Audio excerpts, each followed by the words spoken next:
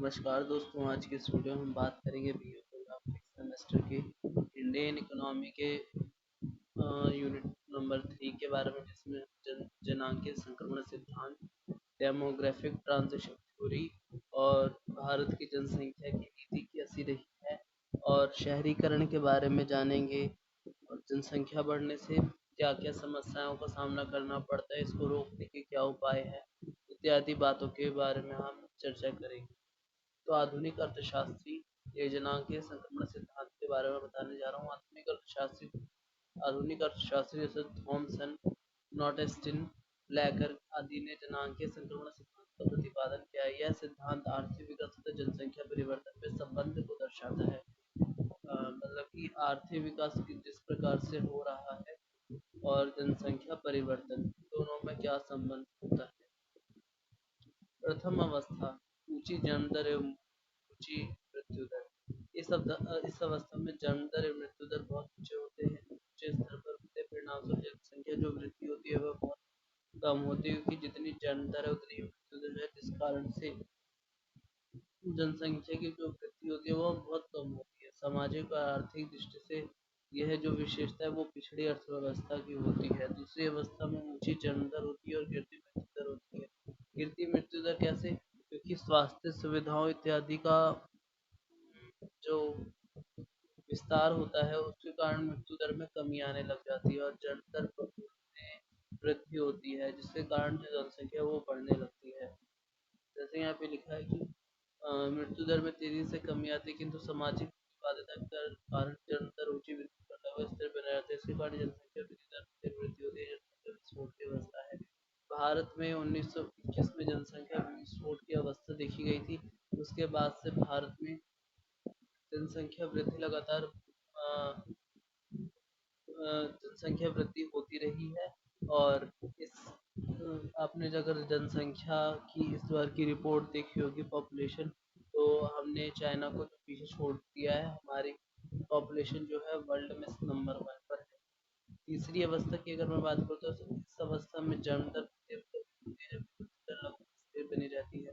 इस अवस्था में जनसंख्या वृद्धि की दर में कमी आती है, और जिसके कारण जो जनसंख्या की जो वृद्धि की दर होती है, वे जनसंख्या की वृद्धि में तो कमी नहीं आती, लेकिन जो उसकी दर होती है वो थोड़ी घट जाती है, मतलब घटती हुई दर से ये बढ़ती है। चौथी अवस्था में, इस अवस्था में जन्म दर और मृत्यु दर दोनों बहुत निचले स्तर पर बहुत स्थिर हो जाते हैं। जनसंख्या वृद्धि दर निम्न हो जाती है, या हम कहें तो बिल्कुल रुक सी जाती है, ना के बराबर होती है। और एक पांचवी अवस्था भी होती है जो सीपी प्लेयर जैसे अर्थशास्त्रियों ने पांचवी अवस्था की कल्पना की है, जहाँ जन्म दर जो होती है वो मृत्यु दर से भी कम हो जाती है, तथा जनसंख्या में कमी आने लग जाती है। अभी के टाइम में स्वीडन या फिर जो नॉर्वे ये सब देश हैं, वहाँ पर ऐसी स्थिति बन गई है कि लोग अब वहाँ पे जन्म दर जो है वो मृत्यु दर से भी कम हो गई है। जैसे यहाँ पे इस टेबल में आप देख सकते हैं इस अवस्था को दिखाया गया है। प्रथम, दूसरी, तीसरी, चौथी और पांचवी अवस्था है। ये जो जन्म दर और मृत्यु दर की रेखाएं, ये दोनों देखिए एक साथ चल रहे। ऊपर वाली रेखा है जन्म दर वाली और नीचे वाली है मृत्यु दर वाली। दोनों में फासला है। फिर उसके बाद स्वास्थ्य सुविधाओं में वृद्धि होने के कारण जो मृत्यु दर है उसमें ज़्यादा कमी आती है, जबकि जन्म दर वैसे ही बने रहती है, ऊंची बनी रहती है। फिर दोनों एक साथ चलती हैं और फिर उसके बाद यहाँ पे दोनों का फिर से समीप आ जाती हैं तीसरी अवस्था के अंतर्गत।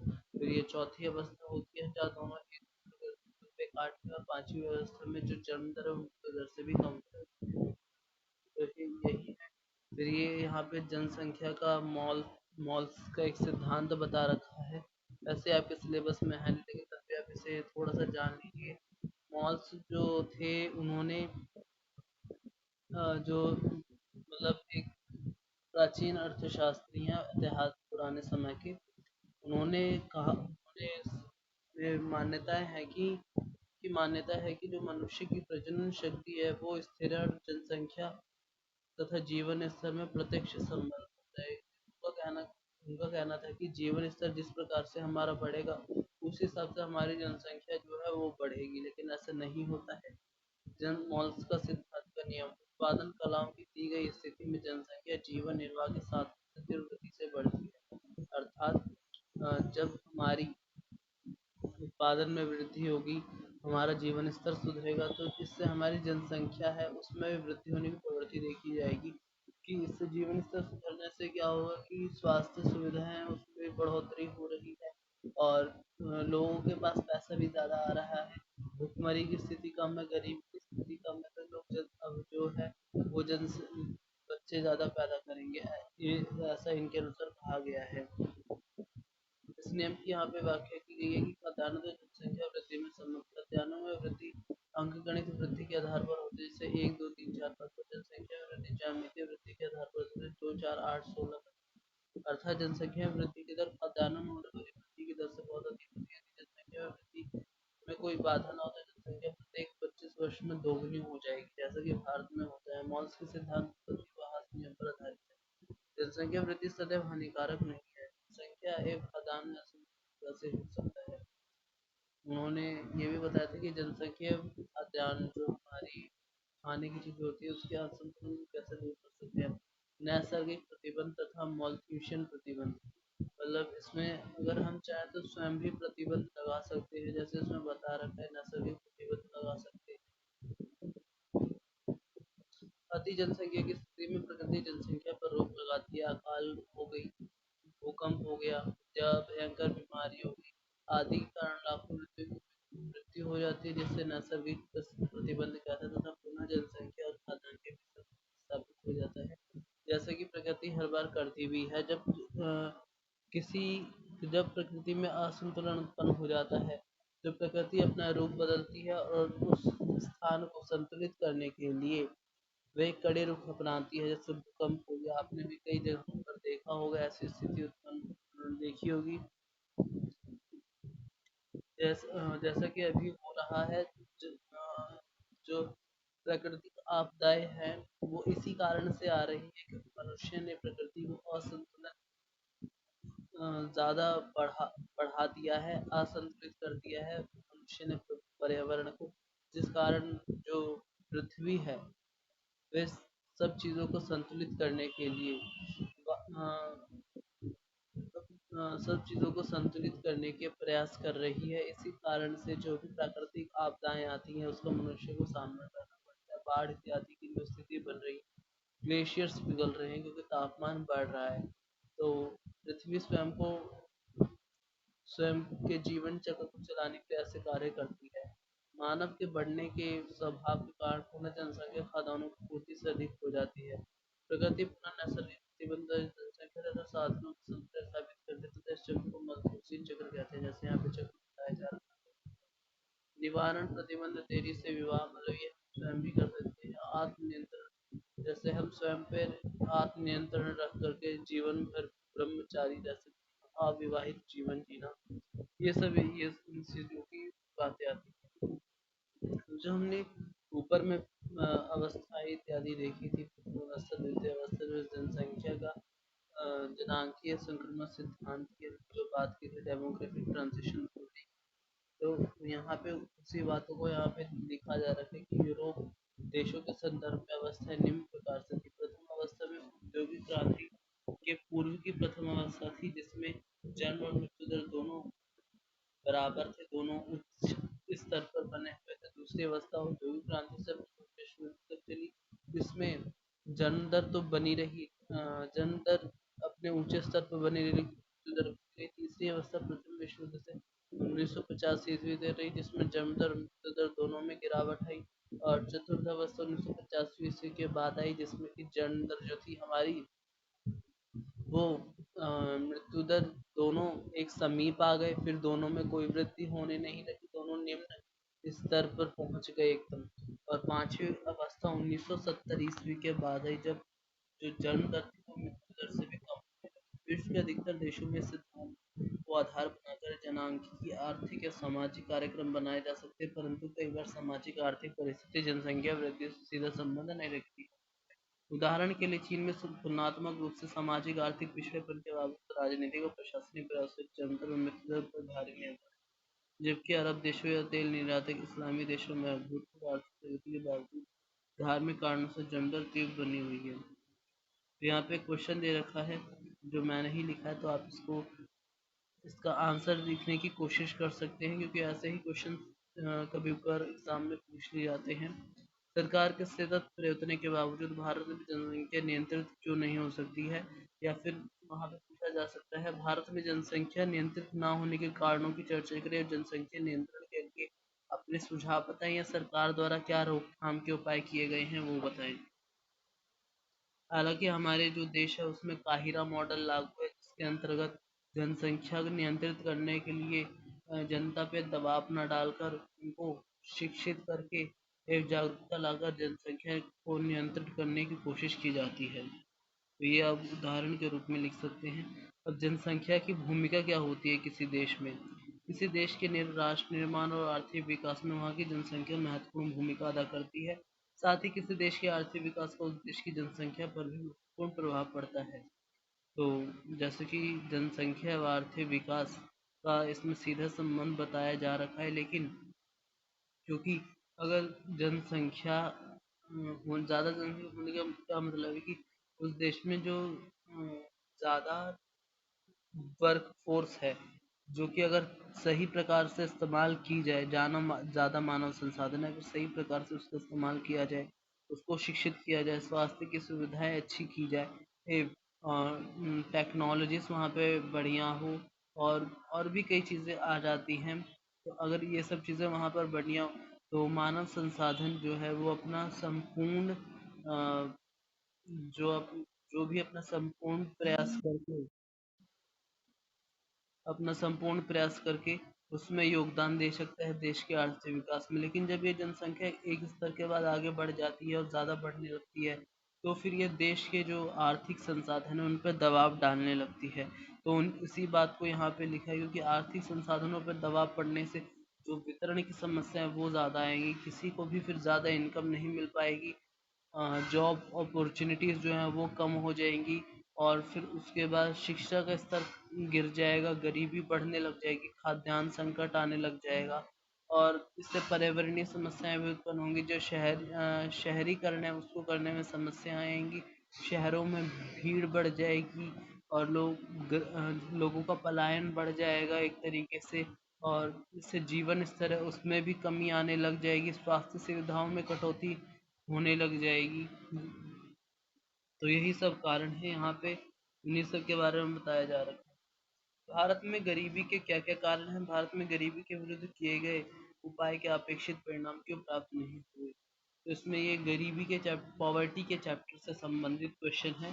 तो ये काफ़ी आसान है, गरीबी के क्या कारण है और गरीबी के विरुद्ध किए गए उपाय अपेक्षित परिणाम क्यों नहीं प्राप्त कर पाए। तो उसमें हम भ्रष्टाचार को ले सकते हैं, और आर्थिक संसाधनों की कमी को ले सकते हैं हम, सही प्रकार से उनका उपयोग ना किया जाना ले सकते हैं, आवंटन में कमी इत्यादि हो गया, इंफ्रास्ट्रक्चर उपलब्ध नहीं करवा पाए, रोजगार उपलब्ध नहीं करवा पाए समय पर लोगों को, सही जो कौशल सिखाना चाहिए था युवाओं को वो नहीं सिखा पाए, जिस वजह से वो रोजगार की गतिविधियों में संलग्न नहीं हो पाए, जिस वजह से वे अपने जीवन स्तर में सुधार नहीं कर पाए और गरीबी के चक्कर में फंसे रहे। तो ये सब कारण है। कृषि क्षेत्र को आप इसमें जोड़ सकते हैं, औद्योगिक क्षेत्र को इसमें आप जोड़ सकते हैं, और जो इसमें नवाचार है उसको आप जोड़ सकते हैं, इत्यादि बातें इसमें आ जाती हैं।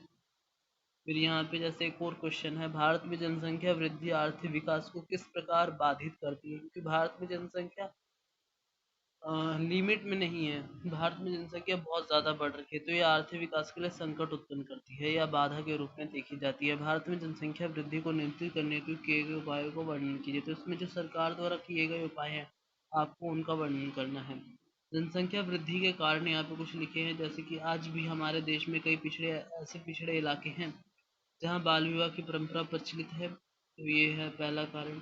शिक्षा का अभाव, रूढ़िवादी सोच, आज भी कई जगह ऐसी है जहाँ बड़े बुजुर्ग की ऐसी सोच होती है कि यदि उनकी पुश्तैनी धन संपत्ति अधिक है तो उसे बढ़ाने और संभालने के ज़्यादा लड़के पैदा किए जाए। कई मामलों में शादीशुदा जोड़ों पर बच्चे पैदा करने का दबाव तो बनाया जाता है। फिर शिक्षित मध्यम वर्गीय परिवार की यह सोच है कि अधिक बच्चे, विशेष तौर पर लड़के, यानी उनको बुढ़ापे का सहारा, और परिवार नियोजन के महत्व को समझाए बगैर विवाह कर दिया जाता है, जिस कारण से जो विवाहित जोड़े होते हैं उनमें भी समझ कम होती है। ये सब कारण हो गए। और फिर गर्भ निरोधक गोलियों और जो भी इत्यादि चीज़ें होती हैं जिसके बारे में जानकारी नहीं दे पाते हैं लोगों को अ, सही प्रकार से, जैसे अनचाहे गर्भ से बचने के लिए जो उपाय किए जाते हैं उसके बारे में नहीं बताया जाता है। और फिर गरीबी जनसंख्या के बढ़ने का मूल कारण है। और फिर जो अ, इसमें और भी कई बातें सम्मिलित हो जाती हैं। हमारे देश में बहुत से बच्चे कुपोषण का शिकार भी हो जाते हैं, इत्यादि चीज़ें इसमें आती है। और आज़ादी के बाद इसमें भारत की जनसंख्या नीति की बात की गई है। भारत दुनिया का पहला ऐसा देश है जिसने सबसे पहले 1952 में परिवार नियोजन कार्यक्रम को अपनाया। 1952 में ही सरकार ने समझ लिया था कि अगर जनसंख्या निरंतर ऐसे बढ़ती रही तो ये आर्थिक विकास में बाधा उत्पन्न करेगी, तो 1952 से ही परिवार नियोजन कार्यक्रम अपनाया गया। लेकिन इतना ज़्यादा ध्यान नहीं दिया गया क्योंकि ग्रामीण इलाकों में इसका प्रसार बहुत कम हुआ। प्रथम पंचवर्षीय योजना में ही बढ़ती आबादी को विकास के बाधक के तौर पर चिन्हित किया गया और तभी से विभिन्न पंचवर्षीय योजना में जनसंख्या नियंत्रण के लिए कोशिश की जा रही है। उन्हें फिर भारत में पहली बार जनसंख्या नीति बनाने का सुझाव 1960 में विशेषज्ञ समूह ने दिया था। फिर साल 1976 में देश की पहली जनसंख्या नीति की घोषणा हुई। 1952 में परिवार नियोजन कार्यक्रम स्टार्ट हुआ था, लेकिन साल 1976 में देश की पहली जनसंख्या नीति की घोषणा की गई। बाद में 1981 में इस जनसंख्या नीति में कुछ संशोधन भी किए गए। फिर इस जनसंख्या नीति के तहत जेंडर तथा जनसंख्या वृद्धि पे कर मिटाना, विवाह की न्यूनतम आयु में वृद्धि करना, परिवार नियोजन को प्रोत्साहित करना, महिला शिक्षा पर विशेष जोर देने का लक्ष्य रखा गया था। इसके बाद फरवरी 2000 में सरकार ने राष्ट्रीय जनसंख्या नीति 2000 की घोषणा की। ये ये नीति जो थी वो डॉक्टर एम एस स्वामीनाथन की अध्यक्षता में गठित एक विशेषज्ञ दल की रिपोर्ट पर आधारित थी। ये सब बातें इसमें शामिल है। फिर उसकी आवश्यकता पूरी करना है, दीर्घकालीन लक्ष्य जनसंख्या 2045 स्थायित्व प्राप्त करना है, आबादी पर काबू पाने के लिए देश में साल 1996 में 1996 से काहिरा मॉडल लागू, जिसके तहत आबादी को घटाने के लिए उनमें छोटे परिवार के प्रति एहसास जगाया जाता है। पूरी दुनिया में यही फॉर्मूला लागू है। जब दबाव नहीं डाला जाता है, जैसे कि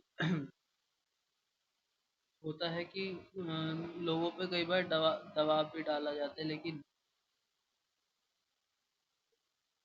भारत में ऐसा नहीं है। या फिर मैं कहूँ तो जहाँ जहाँ पे काहिरा मॉडल है वहाँ वहाँ पर ऐसी स्थिति उत्पन्न है। फिर राष्ट्रीय जनसंख्या नीति 2000 के बारे में यहाँ पे विवेचना कर रखी है। तो राष्ट्रीय जनसंख्या नीति 2000 परिवार नियोजन सेवाओं को लागू करने में स्वैच्छिक दृष्टिकोण की दिशा में सरकार की प्रतिबद्धता को दोहराते हुए यह कुल प्रजनन पर DFR के लिहाज से न्यूनतम स्थापन स्तर हासिल करने के लिए प्रजनन एवं बाल बाल स्वास्थ्य संबंधी विषयों को आधार प्रदान करती है। संस्था का तत्काल उद्देश्य गर्भ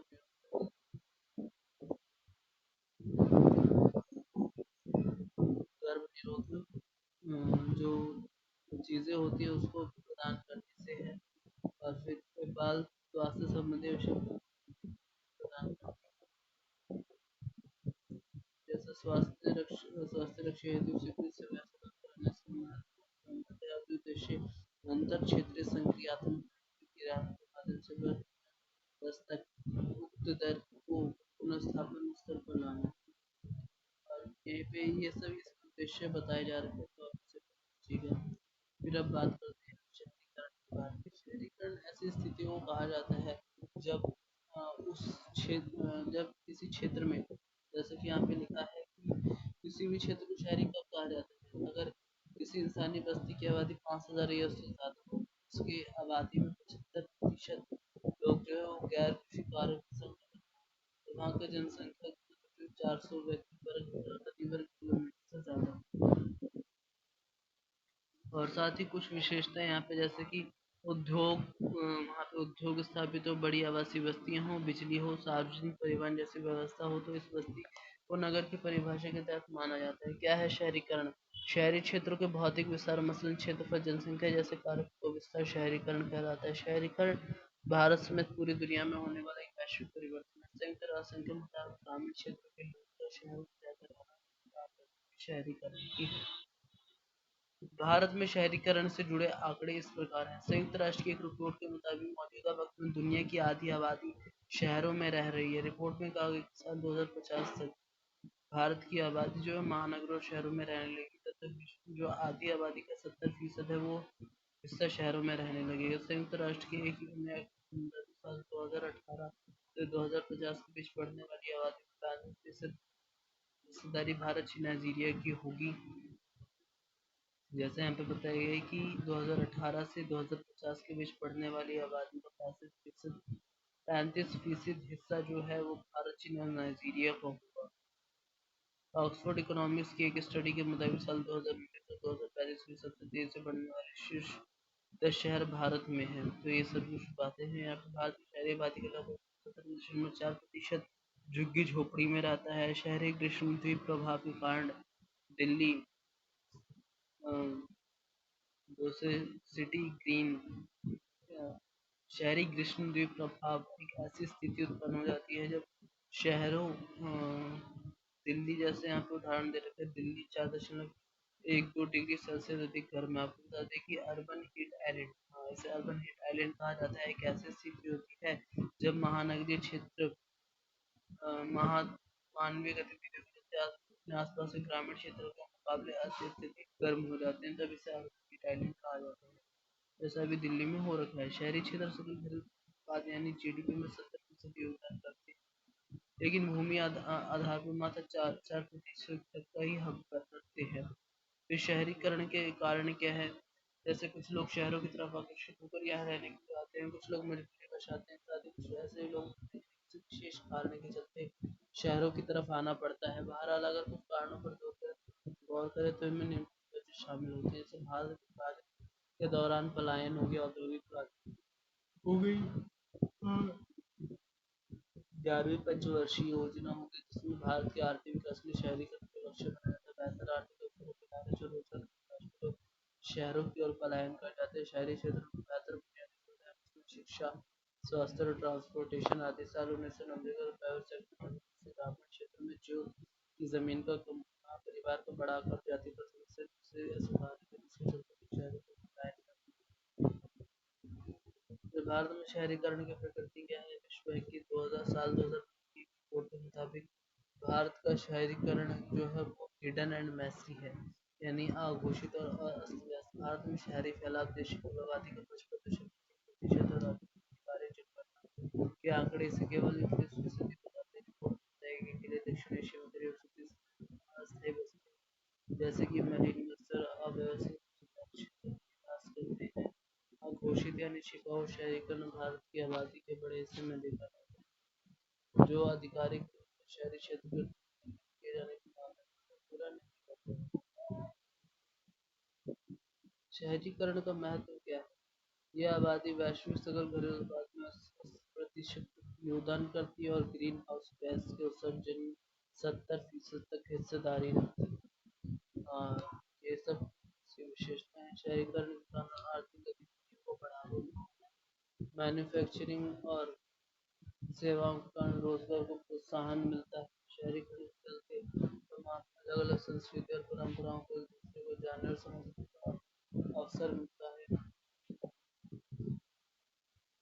प्रति व्यक्ति आय में बढ़ोतरी के चलते लोग रहन सहन का स्तर बेहतर होता है। शहरी जाते ध्वस्त हो रही शहरीकरण और भारतीय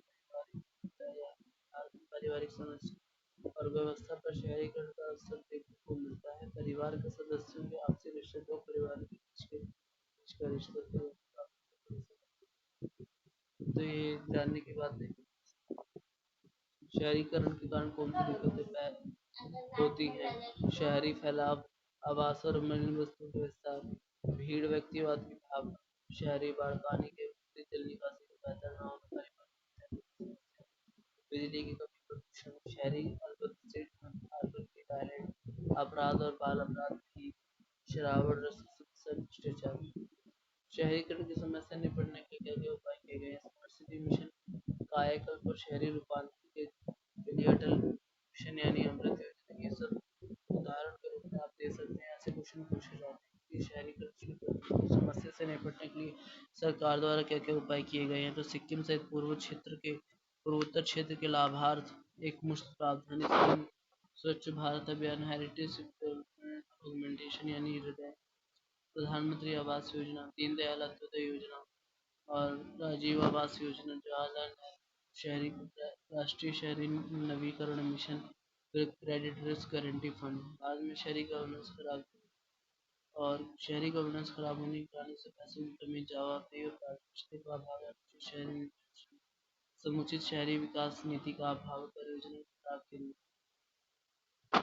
आगे क्या किया जा सकता है? क्या किया जा सकता है? ग्रामीण क्षेत्र में रोजगार पैदा करने के साथ साथ पलायन को कम करने के लिए ग्रामीण कृषि अर्थव्यवस्था को विविधीकरण करने की जरूरत है। इस मामले में मनरेगा ने गाँव कृषि और पलायन का भी करना है। कई शहरों के लोगों को सार्वजनिक उपयोगिताओं के लिए स्टैंडर्ड शहरीकरण की तरफ ध्यान दिया जाना चाहिए। शहरी गरीब और अन्य कमजोर समूहों की आवास, शिक्षा, स्वास्थ्य देखभाल, सम्मान,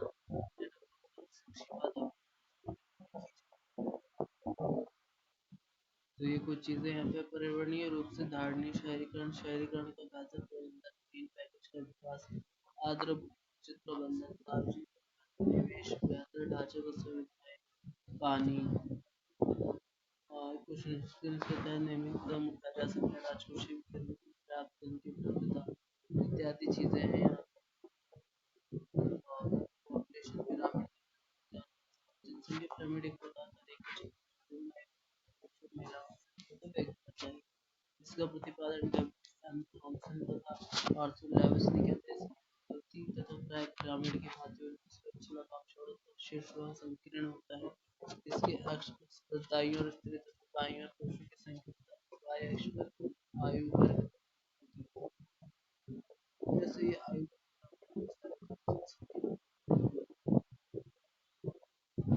इसके अंतर्गत जीवन से छोटे से लेकर 10 साल के बच्चों को बताते हैं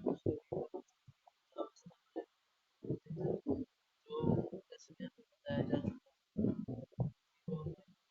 लेफ्ट साइड है वो पुरुषों को, राइट साइड महिलाओं को। इसकी विशेषता क्या होती है?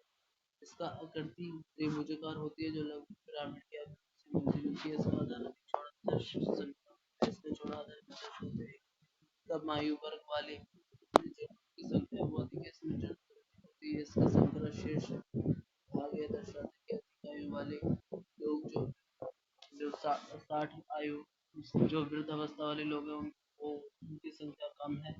इसमें उच्च आयु वर्ग वाले लोगों का अंतर अधिक होता है। इस प्रकार का पिरामिड अल्प विकसित देशों की स्थिति को दर्शाता है, जैसे नाइजीरिया, बांग्लादेश इत्यादि।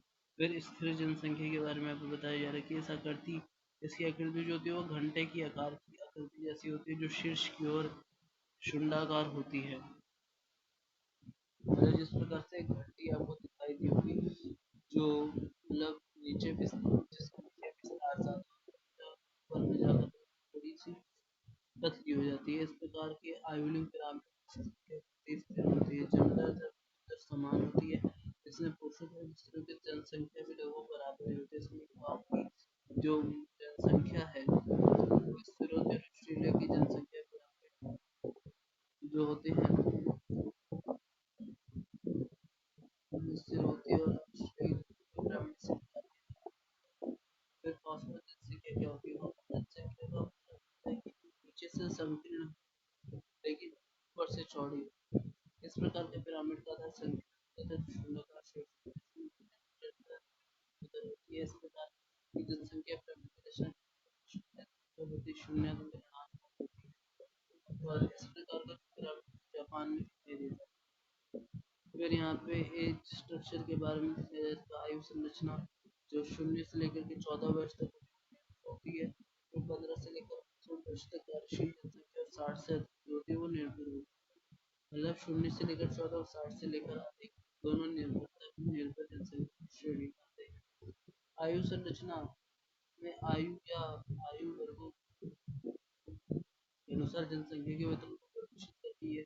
किसी देश की जनसंख्या की आयु संरचना आर्थिक दृष्टिकोण से देश के उत्पादन आदि को बताती है।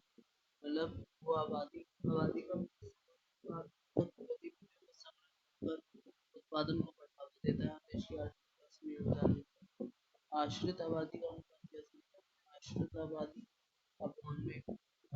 आश्रित आबादी बटे कार्यशील आबादी 100। तो इसको कहा जाता है आश्रित आबादी का अनुपात किया जाता है YDR, युवा निर्भरता अनुपात, यानी कि यंगस्टर डिपेंडेंसी रेशियो। 0 से लेकर 14 आयु वर्ग के लोगों की संख्या से जब हम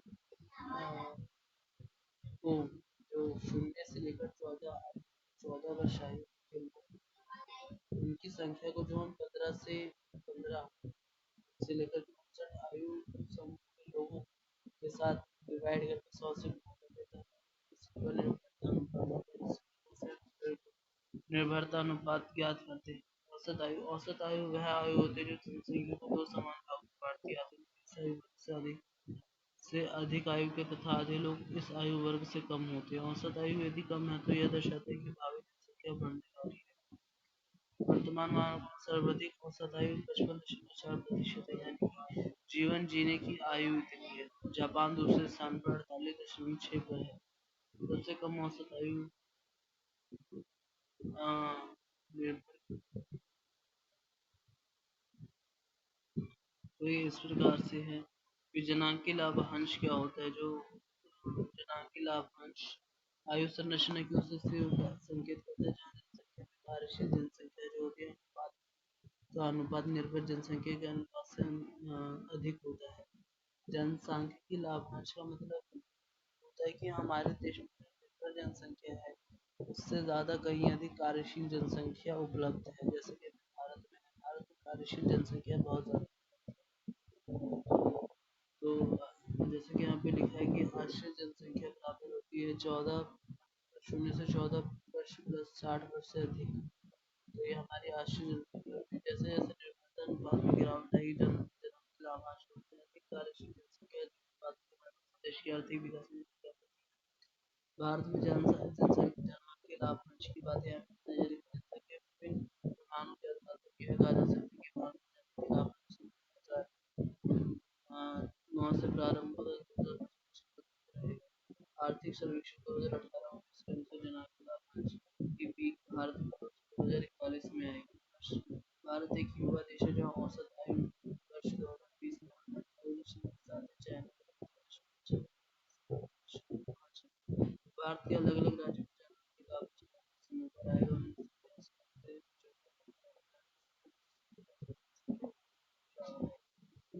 प्रवास लोगों का क्षेत्र प्रवास आंतरिक एवं अंतर्राष्ट्रीय दोनों होते हैं और जिसे माइग्रेशन भी कहा जाता है। देश के अंदर होने वाले प्रवास को आंतरिक देश के बीच राष्ट्रीय कहते हैं। अपने प्रवास और जो एक ही राज्य के अंदर होते हैं जो प्रवास उन्हें अंतरराज्य प्रवास कहा जाता है। एक ही राज्य के अंदर होने वाले प्रवास लेकिन देश के भीतर जनसंख्या वितरण को प्रभावित करता है।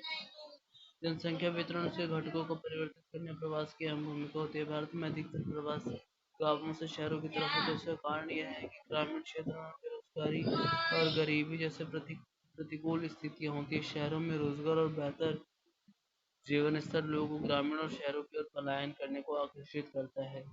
दरअसल प्रवास जनसंख्या परिवर्तन का अहम घटक है। न केवल जनसंख्या भाग परिवर्तित हो बल्कि आयु रंग लिंग के दृष्टिकोण से नगरीय और ग्रामीण जनसंख्या की संरचना में भी बदलाव लाता है। तो ये सब बातें यहाँ पे कुछ जैसे कि 1951 में कुल जनसंख्या की 17.29% नगरीय आबादी थी जो 2011 में बढ़कर 31.89% हो गई है। शिक्षा में कमी, बेरोजगारी और जरूरी स्वास्थ्य सुविधाओं की कमी इत्यादि जनसंख्या विस्फोट के अन्य सामाजिक और आर्थिक कारण। बढ़ती बढ़ती जनसंख्या से क्या क्या समस्या उत्पन्न होती है उसकी चर्चा यहाँ की जा रही है। अत्यधिक जनसंख्या से कार्यरत संस्थाओं में शिथिलता आ जाती है। देश की आर्थिक विकास को कई प्रकार से बाधित करता है। प्राकृतिक संसाधनों का अत्यधिक दोहन होने लग जाता है। इसके कारण प्राकृतिक संसाधनों का अत्यधिक दोहन होने लगता है। भारत के संदर्भ में देखो तो यहाँ के अधिकांश जनसंख्या खेती पर निर्भर है। जब जनसंख्या में बढ़ोतरी होती है तो इससे कृषि उपज में कमी आने लगती है। जमीन पर दबाव बढ़ते हैं। इससे कृषि योग्य जो उसका अत्यधिक दोहन होता है। कृषि योग्य निवास के लिए किया जाता है। कृषि विकास का बाधित होना भारत जैसे देशों में ज्यादातर लोग ग्रामीण क्षेत्र में रहते हैं। कृषि इसका मुख्य व्यवसाय होता है। जनसंख्या का इसका दबाव बढ़ जाता है और इसके साथ ही पश्चिम में बेरोजगारी को बढ़ाते हैं। प्रतिनिधि कि जनसंख्या बढ़ने से जो संसाधनों का आवंटन है उसमें प्रभाव पड़ेगा। जो बेरोजगारी है उसमें वृद्धि होगी। जो प्रति व्यक्ति आय है इस कारण से प्रति व्यक्ति आय में भी कमी आएगी। फिर रोजगार है, रोजगार के बारे में आपने से पढ़ लेना। फिर पर्यावरणीय क्षति, तो जनसंख्या वृद्धि से पर्यावरणीय क्षति होती है। तेजी से बढ़ती जनसंख्या कारण भूमि की बड़ी संख्या में लोग पारिस्थितिक रूप से संवेदनशील क्षेत्रों से पहाड़ी जा रही है। चराई और खेती के लिए जंगलों को तेजी से काटा जा रहा है। इसके अतिरिक्त अधिक आबादी का लोग अपने और प्रदर्शन करने प्राप्त करने की कोशिश करते हैं, जिस कारण वे अर्ध शुष्क क्षेत्रों में कृषि करने लगते हैं। ऐसे इलाकों में समय तक खेती तो गठन को भी बढ़ावा मिलता है। तो ये सब कुछ कारण है। इसके अलावा जनसंख्या वृद्धि में औद्योगिक वृद्धि होती है। शहर और सामाजिक कस्बों में जनसंख्या दबाव से वायु जल और प्रदूषण में भी कमी वृद्धि होने लगती है। और यहाँ पे आएगा प्रदूषण में वृद्धि जो हमारा सोशल इंफ्रास्ट्रक्चर है उसमें भी कमी आने लग जाती है। उसके फिर उसमें निवेश की आवश्यकता पड़ती है। जैसे कि यहाँ पे लिखा है जनसांख्यिकी के लाभांश किसी देश में युवा और कार्यशील आबादी की अभिवृद्धि एक उससे होने वाले लाभ को जनसंख्या लाभांश कहा जाता है। मौजूदा समय में भारत में 70% आबादी युवाओं की है। तो जो बातें यहाँ पर है। तो वीडियो देखने के लिए धन्यवाद। अगर आपको ये वीडियो पसंद आए तो कृपया इसे शेयर करें जिसको इसकी आवश्यकता हो। हमारे चैनल को सब्सक्राइब करें। अगर आपको ये वीडियो पसंद आए तो